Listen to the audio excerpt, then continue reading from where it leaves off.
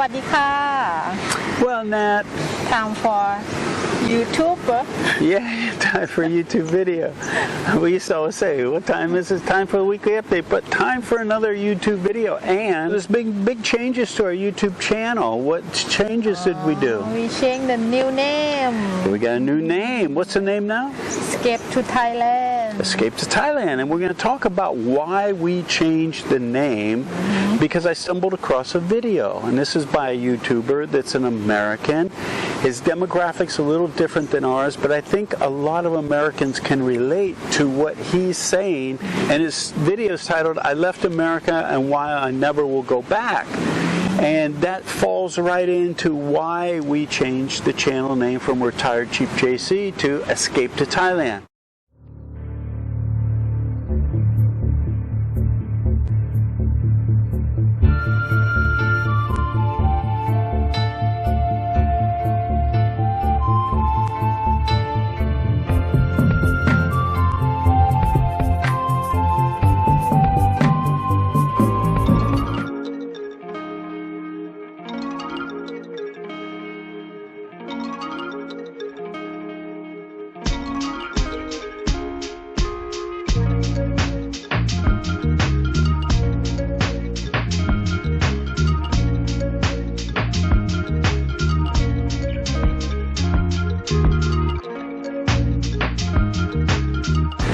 When we first started the channel, and this has been I think 12 years ago, something like that. I think there's over 550 videos. I created this whole project of Retired Cheap because everybody was falling into the baby boomer age that was my age, and they were struggling to get by in America because of, you know, loss of the value of properties and stocks and all these different things. And I thought, hey, I have a great lifestyle over here and it's a lot less expensive. So there's always an option. Always an option. So I wanted to show people how to get more life for less money. And so that was the idea. Things in the world have changed dramatically, especially in the last 3 years. And so what I wanted to do was show people all the reasons why they should come live in some place other than America or Australia or Canada. And a lot of these countries now have certain things in common that are happening. And I won't go into that because YouTubers love to call everything a conspiracy theory now.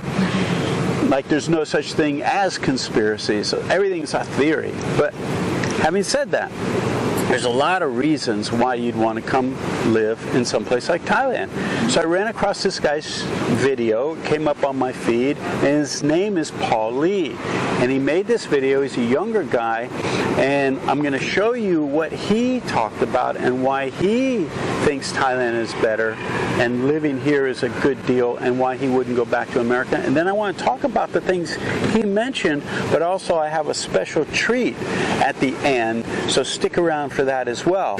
Here's his video about why he came to Thailand and why he won't go back to America. Check this out. A few years ago, I left America for good and moved straight to Bangkok, Thailand.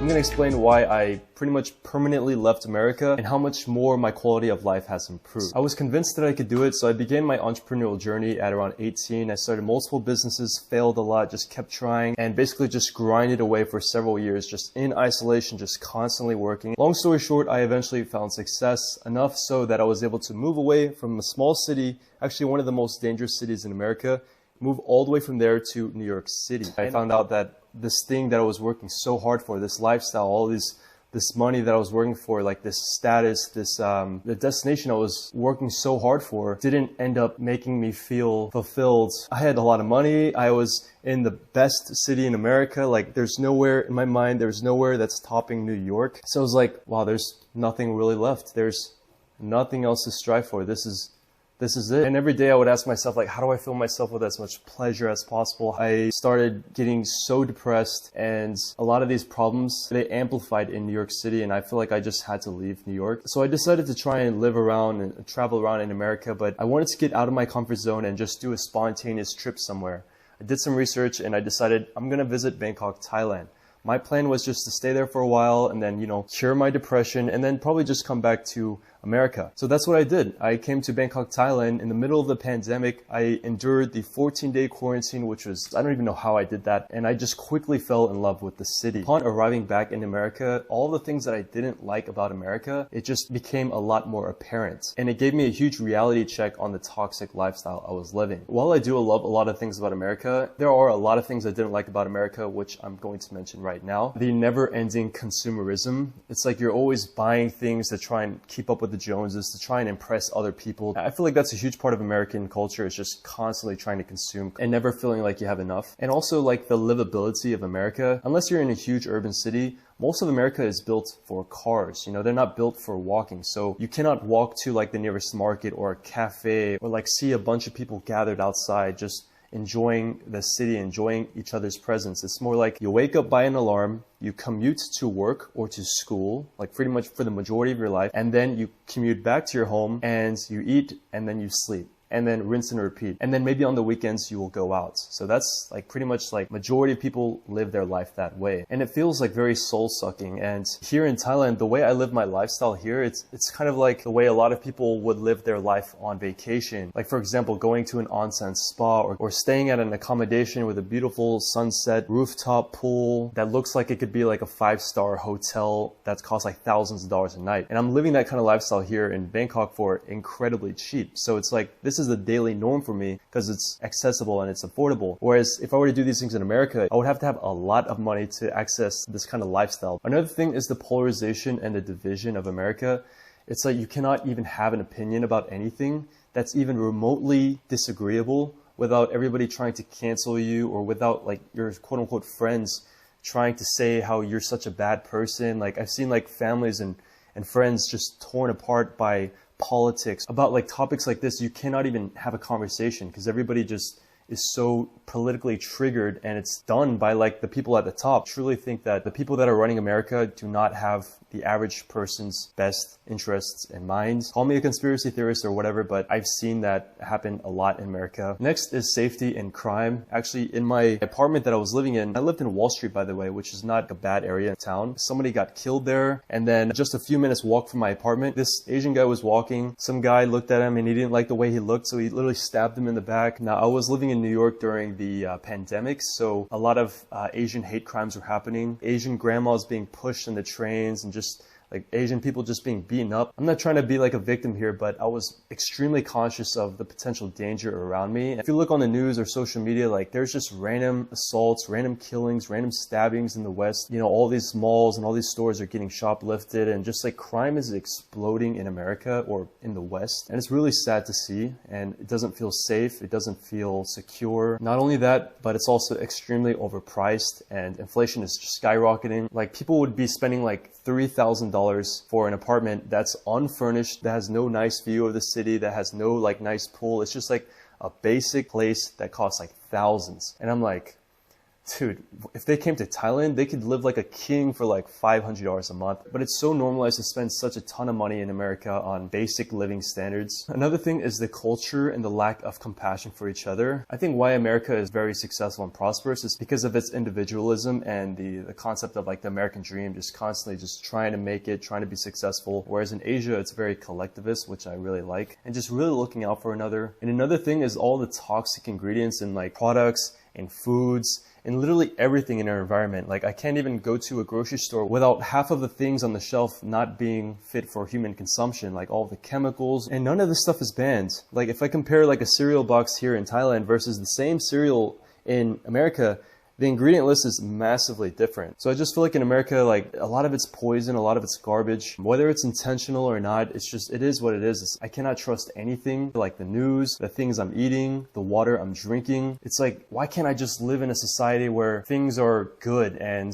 things aren't like trying to cause me damage or cause me harm? And I feel like a lot of things in America are just, or in America, it's just like you have so much distrust in everything. And lastly, is transportation. For me personally, I hate driving. I hate the liability of having a car and just having to fill up gas, having to sit in traffic. But to be honest, the subway system in New York was pretty good and pretty convenient. But that's not like anywhere else in America where there's no such thing as like a train. You have to pretty much drive everywhere. So yeah, that's pretty much a short list of all the things I don't really like about America. And I feel like Bangkok in particular didn't have a lot of these problems. So I questioned why I had to stay. Why can't I just leave? And I was in a perfect position to do that because I was financially secure. I didn't have like a mortgage or like a bunch of liabilities. So I eventually just ended up selling everything I owned in America. I took the leap of faith and bought the one-way ticket to Bangkok, Thailand with 2 backpacks, and the rest has been history. I've essentially been here for about 3 years, and I absolutely love everything about living here in Thailand.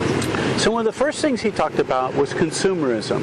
And so some of the things I agree with on these videos that I'm going to be showing our channel viewers, and other things I don't agree with, and I want to call out both because I think both are important. So he talked about how rampant consumerism is in the West. And I have a feeling about consumerism in Thailand, but I'll ask Nat first. What do you think? Do you think people just want to have a simple life and not own a lot of things? Or do you think that now in Thailand they want to own things like people in the West do? Yeah, people want to own things. But with the economy here, you know, with the pandemic and everything, and business not so good, people don't have a lot of money. How are they affording to buy all these things? Loan money. That's right. She hit the nail on the head, and this isn't just, you know, America doesn't have a monopoly on this. Thai people don't. Consumerism is big everywhere that there's central banking systems. And why is that? It's because of that's the way the system works. The banking system and the economy is based on people buying things and borrowing money to do so. If people stop doing that, then the system sort of falls apart. Now the problem with that is, and Thailand is facing that now, is the personal debt of Thailand now is about 95% of the total GDP of the country. That means that what people owe to banks and everything is almost as much money as your whole country makes in a year. And so consumerism is a big thing here as well. Now, I've noticed something about Thai people after being around them for so many years, and that is they're very adaptable. Thai people are adaptable, and they're also adaptable when they have money and when they don't have money. And so Thai people, if you extend the credit to them, they'll go buy stuff. Okay? If they have the money from their paycheck, they'll go buy stuff. If they don't have money, then they're sort of chill about it. They don't stress out. I don't have money, I got to do this and that. Some do, but mostly it's like, I don't have money this month, but next month if they have money, they'll go spend it. And so that seems to be the case here. So consumerism, it's sort of a balancing act. And it's about the same here as back home. But I think everybody in, living in countries that have a debt-based system in operation regarding central banks and issuing of currency and stuff like that fall into that same category. The second thing he talked about was walking cities.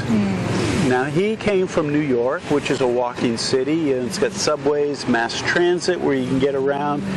And he could get around without owning a car. But in most of America, that's not really possible.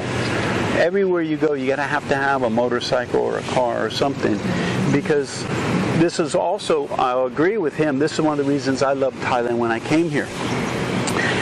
You walk out your door because of the lack of zoning laws like we have in America. You can walk out your door, you can go get a haircut, you can buy something from a bakery, there's a little store selling things. Everything is right in your neighborhood. And so your money that you're spending is going towards people that you know. You watch their kids grow up and things like that. We're back home with zoning. You have an area for housing where people live. They don't have businesses there. And so if you want to go from there to where there's restaurants or shopping or anything, you got to get in a car or on a motorbike or a bicycle or something to get there. You can't just walk around. So people have a tendency not to exercise too much unless they go to a fitness center or go out and run and exercise. So I agree totally with that one of the great things about Thailand is, and now it's a double-edged sword, I'll go ahead and say that, because there's no zoning laws, you can end up being in a place and If you bought a house and somebody opens up a motorcycle repair next door or karaoke next door in their carport where they park their car or something, not much you can do about it. You can complain and call the police. The police will say their car is broken, can't come out right now, right?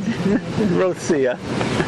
But this is the double-edged sword. But it is nice to be able to walk around and see where your money's going and interact with the community. So I agree 100% with that. You like being able to walk around and do stuff? Shop? Yeah, if not too hot. Yeah, if it's not too hot. Yeah.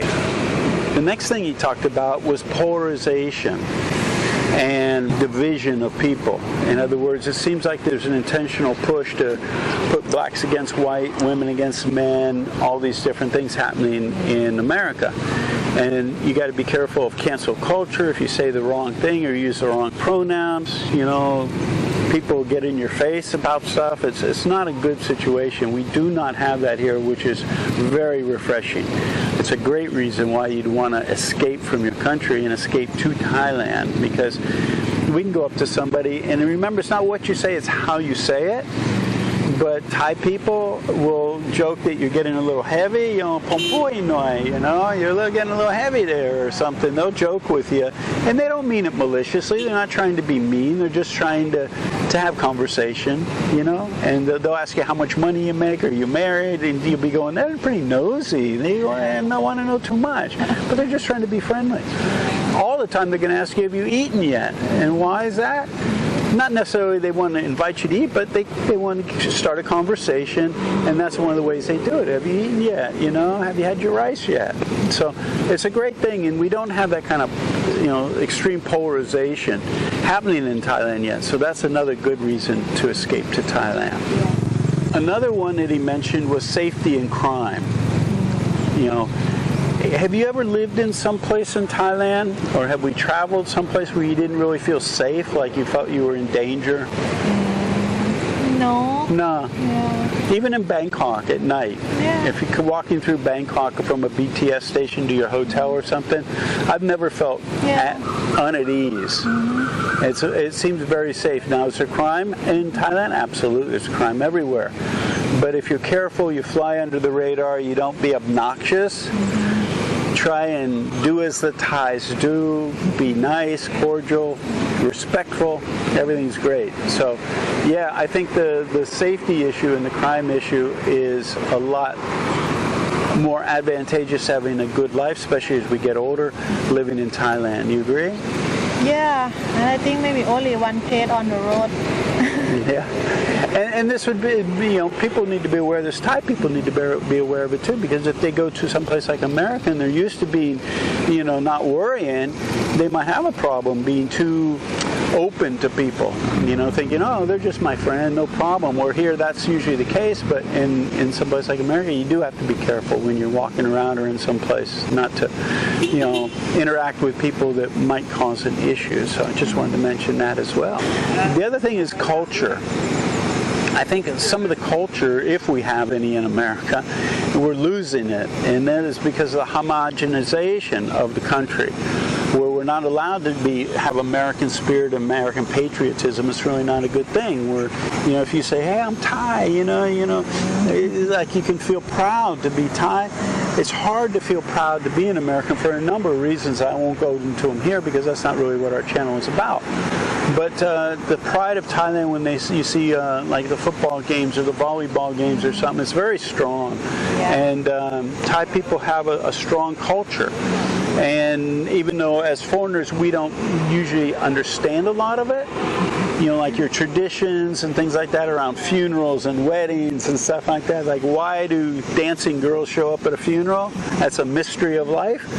But it's one of the things of the culture here, and the culture is very strong in Thailand still. And I think that's a positive benefit. Whereas, what do you think about the cultures of the foreigners that you've met?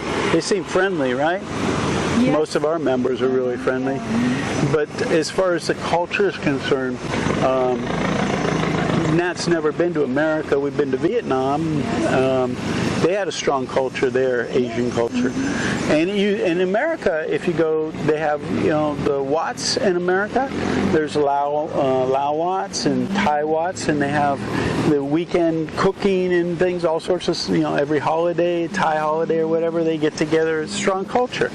And so I think that's more at play here in Asia as well. And I think we feel good as foreigners coming over, because I think we've lost that community spirit or family spirit, which I think is really good. A big one is the food choices, which has changed a lot in Thailand over the last 10 years or so. The food choices in America usually aren't very healthy. You have to go out of your way, and it's expensive if you want to eat healthy food. Where here, if you ate the traditional way Thai people used to eat, as opposed to going to 7-Eleven or going to the junk foods or the bakeries or, you know, ordering pizzas and stuff like that, if you eat the traditional way, which means what? Eating traditional the way you all used to means eating what? A lot of herbs. Herbs? What about like snack? What kind of snack food would you all eat when you were young? Coconut. And? All the fruit, mango. Fruit, yeah. There were. Yeah, mango, papaya, guava. Yeah. It used to be when I first came here, there was the snack of choice was cut fruit, and there would be little motorcycle people with the little case with the ice and everything, and they would be cutting fruit, and you'd be able to buy, and that's what most people ate. A lot of cut fruit and things like that, and boiled nuts, boiled peanuts, and things like that. Now people go to 7-Eleven and go eat junk food, and you can see the body style, body type in Thailand has changed over the years. You know, people now are getting pompui. Right? Do you agree? Do you think they're healthier now or less healthy than they used to be? Maybe not, because now have a lot of sugar or every snack. Maybe they have blood pressure. Blood sugar problems, diabetes, yeah. Have a lot of problems. And even when we go to weddings or a funeral or something like that, you see the older people. The older people usually aren't eating a lot of the junk food. In fact, people will offer them a Coke or something like that, and they usually don't even want it. It doesn't look tasty to them. They usually drink the traditional stuff like water, or, you know, they'll still drink a beer now and then, but, you know, they don't seem to like too much of the junk food. Your mom doesn't eat a lot of junk food either. She would probably prefer you get like the pickled, what are they, like pickled fruits and stuff like that? And, yeah, sticky rice in bamboo, things like that, the traditional snacks. So these are all important things to consider if you're thinking about coming to Thailand, and some of the reasons why I think it's a good idea to come over here, even if it's just waiting out this storm period that we're in. So some key takeaways were, you know, he was talking about a balance of life. The balance seems to be better here between working and playing. Thai people like to play a lot. Even when they're working, they seem to play. They take kids to work, you know, it's that kind of social culture. And, you know, I've seen them drop a plate of food and everybody laughs about it, as opposed to yelling and screaming, and the boss comes out, you're going to pay for that, you know. They take things a little more lightly than we do in the West, not as serious about too much stuff. Although a lot of this is changing, right? Yeah, something. People are getting more stressful here because of the finances and things. And the inflation here, we've got inflation just like in other places. But when you start out and the base is $1, equivalent to $1, and it goes up 30%, that's not a game changer for us. But if a meal is $10 in America and goes up, you know, 10%, that's a significant amount of money. So, but Thai people are feeling it because their wage is low. And the ability to save money here. Now, Paul, and if you're wondering, I told you about a treat coming up. I'll tell you what that's going to be in a minute. But this guy, Paul, he's young. He can live off $2,000 a month in Bangkok. And so that's like 60,000 baht or something like that, you know. But in America, that's a one little room to rent. That's not living. And he's living a good lifestyle from the video I saw. And so that's a big difference. And retirees can come over with what they couldn't get by with in America, say a pension or Social Security. And here they can actually save money, put more money in the bank every month. So that's a good thing, right? because you want to eliminate as much debt as you can. It's not good to be in debt, that's for sure. And the other thing is, I think there's, because of the lack of some of the laws and things here, again, it's a double-edged sword, but I think we end up with more freedom to do things at our expense. And this is a problem why the fatality rate's really high here, because people can drive badly, you know, even though there are laws, they can drive badly, but then they pay the price and get in accidents and get hurt. Yeah. So you have the ability, but, you know, I said a long time ago, just because you can doesn't mean you should. That's right. But we do have a lot more freedoms at this point, even as a foreigner here. So that's what I wanted to talk about, and we wanted to welcome you all to our new channel. Yeah, welcome everyone. Yeah, and if you want some kind of consultation, there's usually a link in these longer videos where you can hook up with me and we can consult about getting you over here or about anything else you want to talk about. Think about buying us a coffee. Nat doesn't have a coffee today, so you should feel sorry for her. And think about buying coffee. And the reason why we're requesting that is because we had this problem with PayPal, and we weren't sure we'd ever get any of the money back out of PayPal because we're not a corporation, and you got to be a business now in Thailand to have a PayPal account and everything like that. So a lot of stuff's happening, and we're excited about the new direction the channel's taking. And of course, buying us a coffee helps us to continue to do this, do charitable endeavors and all these things until we get everything cranked back up. We really appreciate the help and support. And so the special treat I was going to give you is I'm going to get Paul. Paul has agreed to chat live with me. And so I want to ask him a couple questions about some of the things he talked about and turn you on to his answers about that and some other things about visas and making money online and things like that that I thought people would be interested in as well. So looking forward to that. And hang around and you'll get that right after we say goodbye. And thanks for watching our YouTube channel now, and we got exciting things coming. We're putting a lot of shorts up as well. Yeah. And so those will keep coming up about little things happening in Thailand to keep you inspired to get over here and escape from wherever you're at and escape to Thailand. Thailand, that's right. So take care, stay well, and stay strong. JC and Nat out. Bye. All right, JC here. We did the video that everybody just watched, and I wanted to follow up with the live and in-person Paul Lee. And so I was impressed, Paul. A lot of people might not have been impressed or maybe a little bit offended by some of the things that you talked about what was happening in the West. But I'll just get a little bit, I won't take a lot of your time, but I just wanted to let everybody hear a little bit about your story, how you ended up in Thailand living as a young guy. I mean, you're not an old guy like me, and so you're a young guy. And I think there's more people nowadays because so much work went on online. When we got into the whole pandemic, you know, a lot of people started earning a living online where they couldn't do it before. Maybe their business or their company they worked for wouldn't allow them to do it.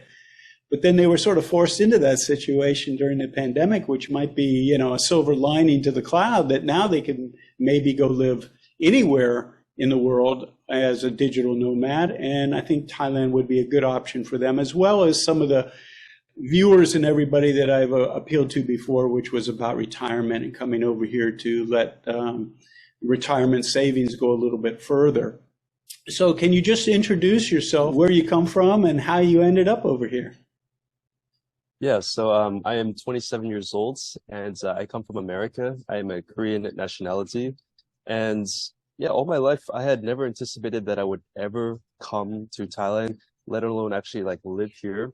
So it's been a huge journey. And how I got here was that I had started off as a very like lower class family, always striving, always ambitious to try to earn as much money as possible, and tried to be like entrepreneurial from a very young age. So I started my journey starting businesses and failing and finding some success.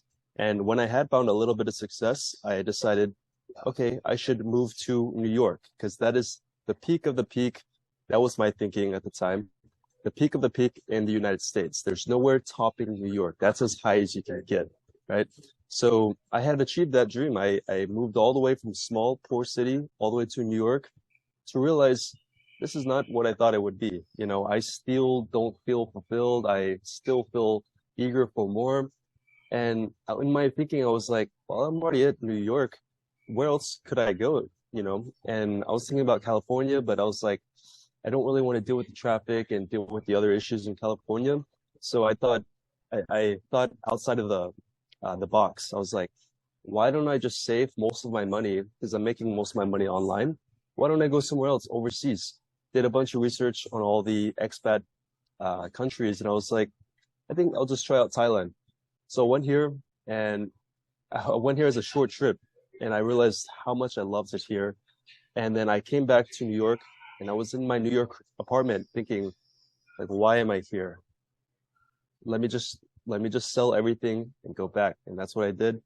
And the rest has been history. So How were you affording to live in New York? You came from, I think, a town in Georgia, if I'm not mistaken, and you ended up in New York. What kind of work were you doing? Were you supporting yourself doing online work, living in New York? Because New York's pricey.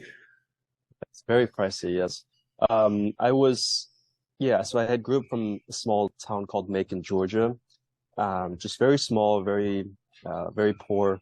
And I had made most of my money and got my start from this business called Shopify dropshipping. It's quite popular.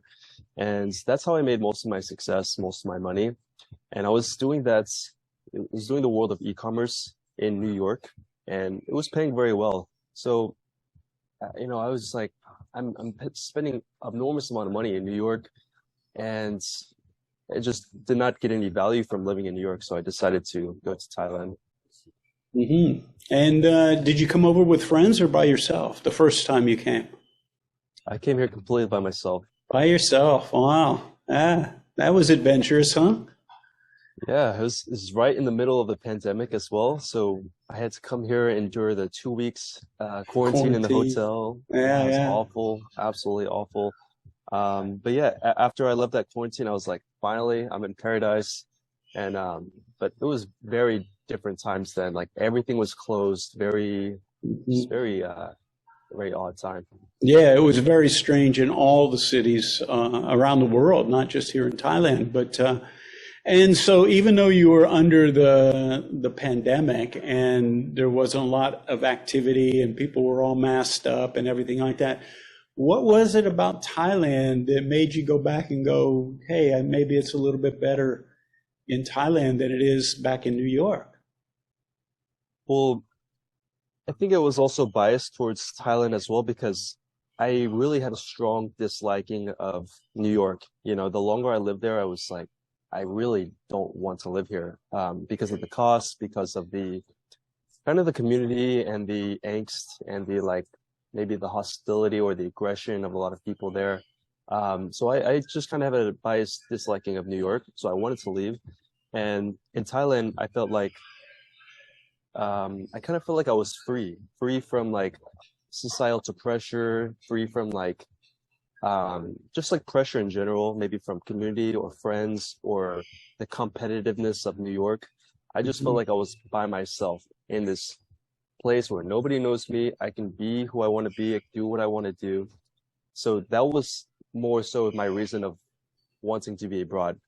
The thing I liked about Thailand at that time was, actually I had a Thai girlfriend at that time. She's my ex right now, but she was a strong reason why I came back as well. And she kind of showed me all the aspects of living in Bangkok, like riding the boats, or riding the tuk-tuks, or like the food.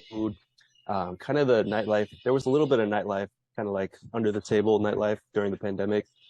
So yeah, even though I didn't get a huge sense of Thailand, the small sense that I did have was enough for me to want to stay there at that time.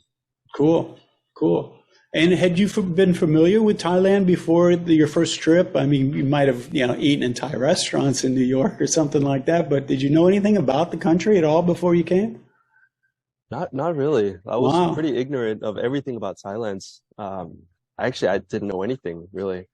I just knew that it was very affordable, and I saw some blogs, I think, and it looked quite developed. So I was either going to go to like Vietnam or Philippines or like Thailand. I wanted to go to like a Southeast Asian country to save more money. yeah, I was like, let me just try out Thailand first, and then I'll probably hop around to different Asian countries. But I liked Thailand so much that I didn't really decide to be a nomad and travel around, just stayed in Thailand. When you were growing up in your family, did you speak Korean at home? Yeah, I feel like I'm a bit more Americanized than in my Korean side, but I do have a familiarity with Korean culture, yes. So the question would be, why not go to South Korea or something and live? They're very modern. I'm not sure about the cost of living there, but maybe you could fill me in on that. But why was it in a Southeast Asian country like Thailand as opposed to where your culture, your heritage came from? Yeah, so I get that question a lot. I came to Thailand before I ever even went to Korea, which is kind of unpredictable, unexpected. Yeah, the long story short, I do have a little bit of a bias against Korean culture. There are some aspects I don't particularly like about Korean culture. Um, and it was mainly the cost of living. Korean cost of living is quite high. It's a little bit cheaper than New York, but that doesn't say much. So that was the biggest reason. Yeah. And well, the cost of living in Bangkok's a little higher than most other places, except maybe Phuket in Thailand. And so, were you able to just pick up your work once you got here without any kind of interruption or anything? Did everything flow pretty smooth? Yeah, everything flowed pretty smooth because my businesses are all online. So yeah, I think that's the most important thing for anybody coming to Thailand. It's either they have a good amount of savings or they have a way to support themselves online. I think that's the most important thing. Did you have any issues with the visa staying here long term at your age? Because people that are over 50 have the option of retirement. If they marry a Thai lady, they have the option of a marriage visa. But you're not married and you're obviously not over 50. So was the visa any kind of issue, or were you able to handle that okay? It helps to have some resources, financial resources, because that opens up other options. What avenue did you take with that? So the avenue I took was the education visa. It grants me a year to 15 months every time, and it's renewable. Yeah, I think it's the one that I'd recommend to most people. There's either that or some people do the business visa. But there is a little bit of sketchiness with the business visa. And then if you have the money, a league visa would probably be the most comfortable if you're under 50. Yeah. Yeah. And so I think I'm not sure if it was the same video, the original one that I saw, but you had an advertisement or a promotion for an online Thai language course, and it showed you working with your teacher. Were you able to get the education visa doing an online course, or do you actually have to go physically to someplace to study to keep that visa? So the Thai education visas that I have signed up with, they are all online. So it's 2 classes a week. Wow, that's great. 2 hours each. Yeah, so total 4 hours a week. Oh, that's cool. And from what I saw, your Thai is pretty good. Yeah, thank you. Yeah, I've been. I was like, might as well. I'm living here long term, so, and the Thai education visa has really helped too. Okay, so the big question and why I got you on here was you touched on a few of those things already. Now that you've been here, how long have you been living in Thailand at this point? 3 years already. 3 years, wow. And so do you still feel the same way about Thailand as when you got here? And also, what have you noticed that has sort of reinforced comparatively the contrast between what's happening in the West that we see from over here? What is sort of solidified that this is a better place to live than back in, say, America? I think wherever you go, it's what you make out of it, so I think you have to ask yourself, like, what are your needs as like psychologically or physically, what are the needs? So I feel like Thailand has all of my needs met without any sacrifice. So I can have access to friends or entertainment or, solitude and focus whenever I need, to work more or something. I have access to modern lifestyle. I have access to like parties or nightlife if I want to do that.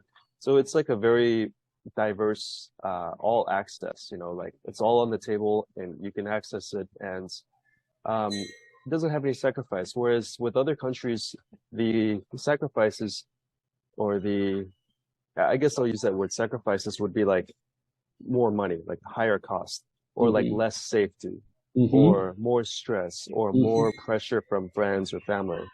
So even though America could have a lot of these aspects that Thailand would have, or other countries, there's more consequences or more sacrifices. So I think that's really why I continue to stay here. It's because I've been to Bali, I've been to Vietnam, been to Korea. Oh, cool. And nowhere in my mind is like, wow, I could live here more than Thailand. Like nowhere has reached that thought yet. Oh, cool. So you have been to other places. Well, that's great.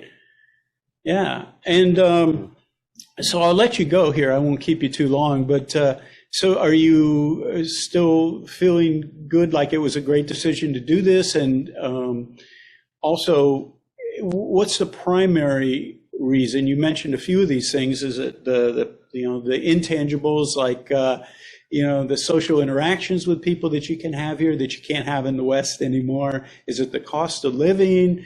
Is it even though we don't hold a passport for Thailand, in some respects, I feel like we have more freedoms over here, even though we're not the citizens of the country. What is it for you that sort of is the slam dunk that says, yeah, this is a better place? Is it any of those or something else? Yeah, I don't think there's a single thing of like, this is the absolute reason I stay here. For example, if the cost of living, it was, let's say the cost of living was very cheap, but the culture was very bad, or the city was very dangerous, it'd be a no-go, So Thailand is that place for me because it has everything. There's nothing you have to, like, there's no consequences, or like, I don't know if that's the correct word, but it has everything, It has, for me, it's the place where the culture is so good. The food is very good. The friendliest people. It's welcoming. It's modern. It's developed. It's affordable. It's like, there's so many good reasons. So it's like all those included. That's why I need to stay here. And I'm doing everything I can to stay here permanently. I have a girlfriend. I have a dog. I have, multiple things I'm doing here, like projects. And so it's like no going back, I don't see myself going back to the States. I don't want to go back to the States. And I think Thailand is my home. What's the worst thing about the States that you see that's happening right now, from your perspective? I'd say the cost of living. Like, the cost of living affects everything. If you can't afford things, then your whole life will suffer consequentially from that.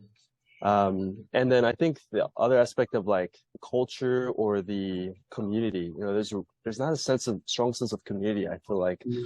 Whereas people in Thailand, even though you might disagree with them, it's like we're still neighbors, and we still look at each other as like a communal, like we're on the same team kind of thing. Like, I could be buying food from a grandma or something on the streets, and she would treat me with like such care or something like that. Like the little tiny things. I hardly ever get into confrontations here, get into like random fights or like political fights, or like, I don't know. In America, I feel like everything is divisive. Like everybody's on a team.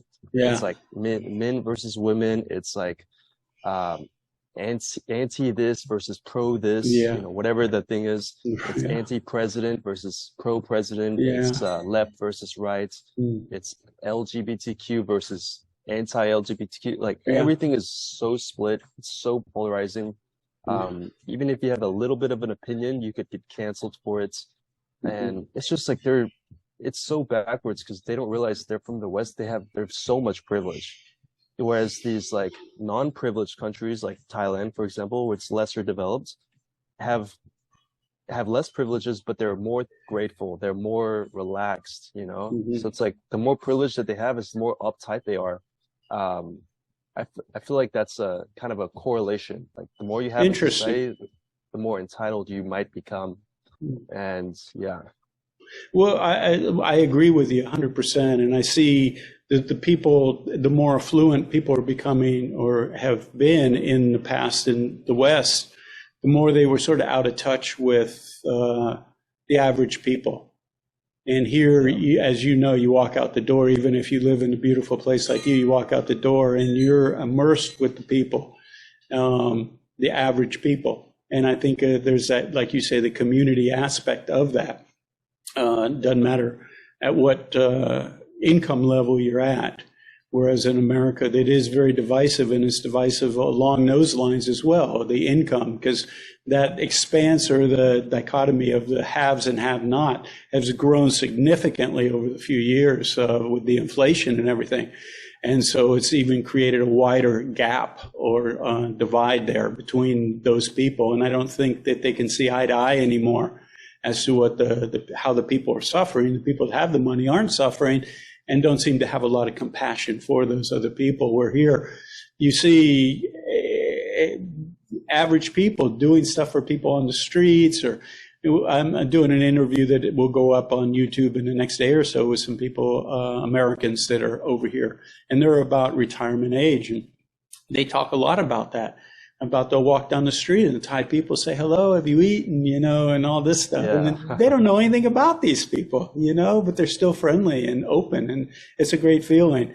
I always have said, and you're too young to experience some of the things that I've experienced, but the way, like I grew up in Florida, the way I grew up back then when I was a kid, there's a lot of similarities still here to that lifestyle. These people that I interviewed talked about having a water bottle, and they had some money stuck in it, and they just hung it next to their motorbike in the parking lot. And there was I forget the equivalent of $20 or something in there US. And 2 days later, they came back, the bottle was still hanging there with the money on it and stuff, and it's that says a lot about the culture here.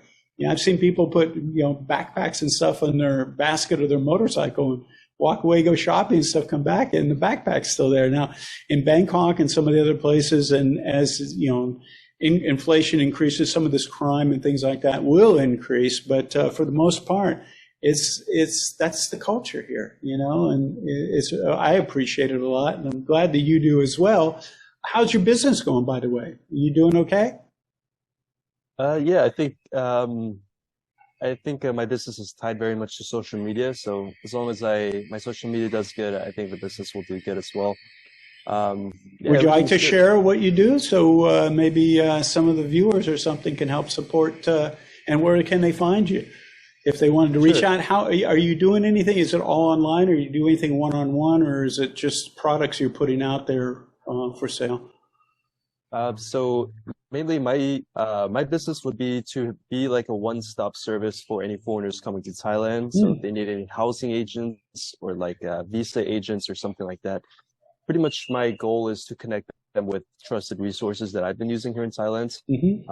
And so just anything that would make the Thailand experience more better. I think that's what I really want to build on. And for my social media, it's basically my name. It's Paul Lee. On Instagram, I'm Paul Lee. On YouTube, Paul Lee. And yeah, that's where they can find me. Okay, cool. And are you marketing these services through advertisements, or do you have a website, or how are you doing that? So I mainly do it through social media, through my Instagram. I'm Paul Lee on Instagram. I'll just make some just videos about how it is living in Thailand, and I'll have like a link in bio or something.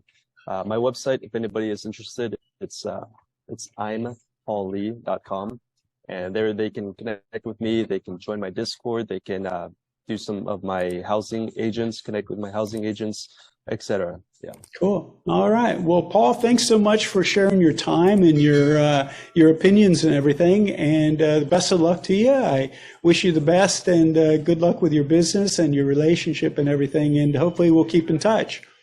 Yeah. Thank you so much for having me, JC. All right. Take care of yourself. All right. See ya. Bye. Hey, JC here. If you like that video, make sure to give us a thumbs up and subscribe to our channel here.